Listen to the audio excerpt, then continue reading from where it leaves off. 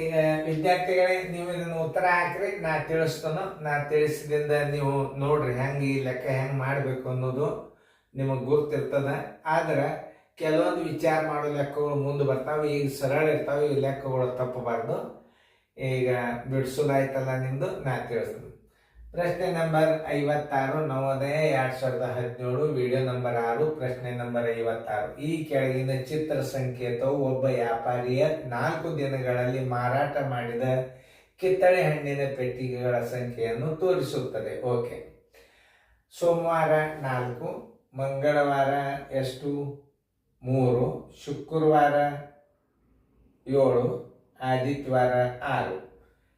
0 ಚಿಹ್ನೆ ಬರೋಬ್ಬರಿ 50 ಪೆಟ್ಟಿಗೆಗಳನ್ನು ಸೂಚಿಸುತ್ತದೆ.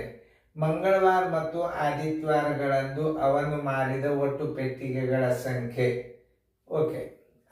ಯಾವಾರ ಮಂಗಳವಾರ ಎಷ್ಟು 0 ನೋಡ್ರಿ.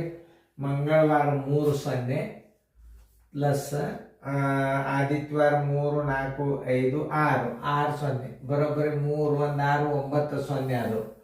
ಅಂದ್ರೆ 1 0 ಬರೋಬ್ಬರಿ ಎಷ್ಟು 50. 50 1 0ಗೆ ಬರೋಬ್ಬರಿ 50 ಅಂದ್ರೆ 9 5 45, 450 ಪೆಟ್ಟಿಗೆಗಳನ್ನವ ಮಾರಿದಂಗಾತು. ಉತ್ತರ ಸಂಖ್ಯೆ ಬಿ. ಏನ್ ಭಾಳ ಬಿರಿ ಲೆಕ್ಕ ಅಲ್ಲೇದು, ತಿಳಿತಲ್ಲ. ಏನ್ ತಿಳ್ಕೊಂಡು ಬರೀ ಗ್ರಾಫ್ ಮೇಲೆ ಮಾಡೋದಿರ್ತದೆ. ಏನ್ ಈ ಪ್ರಶ್ನೆನೇ ಭಾಳ ಬರೀದು ಭಾಳ ಜಟಿಲ, ಭಾಳ ತ್ರಾಸಿದ ಪ್ರಶ್ನೆ ಬರಿಬೇಕಾದ್ರೆ. 1 0 ಬರೋಬ್ಬರಿ ಎಷ್ಟು 50 ನೋಡ್ರಿ. ಮಂಗಳ 50 50 100 150 200 300 400 450. ಬಾಯ್ಲೆ ಮಾಡೋದಕ್ಕಿಂತಲೂ ನಮ್ಮದೇನು ವಿಚಾರ ತಿಳ್ಕೋಬೇಕು ಗಣಿತಗಳನ್ನು.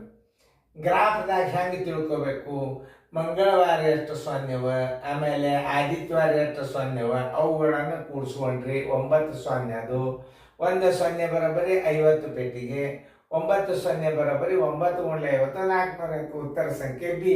ಭಾಳ ಸರಳ. ಪ್ರಶ್ನೆ ಬರಿಬೇಕಾದ್ರೆ ಭಾಳ ಲೇಟ್ ಆಗ್ತದೆ. ಚೆನ್ನಾಗಿ ಫೇರ್ದಾಗ ಬರ್ಕೋರಿ, ಚೆನ್ನಾಗಿ ನೋಡ್ರಿ, ಅಭ್ಯಾಸ ಕಡೆ ಲಕ್ಷ್ಯ ಇರಲಿ. Thank you boys.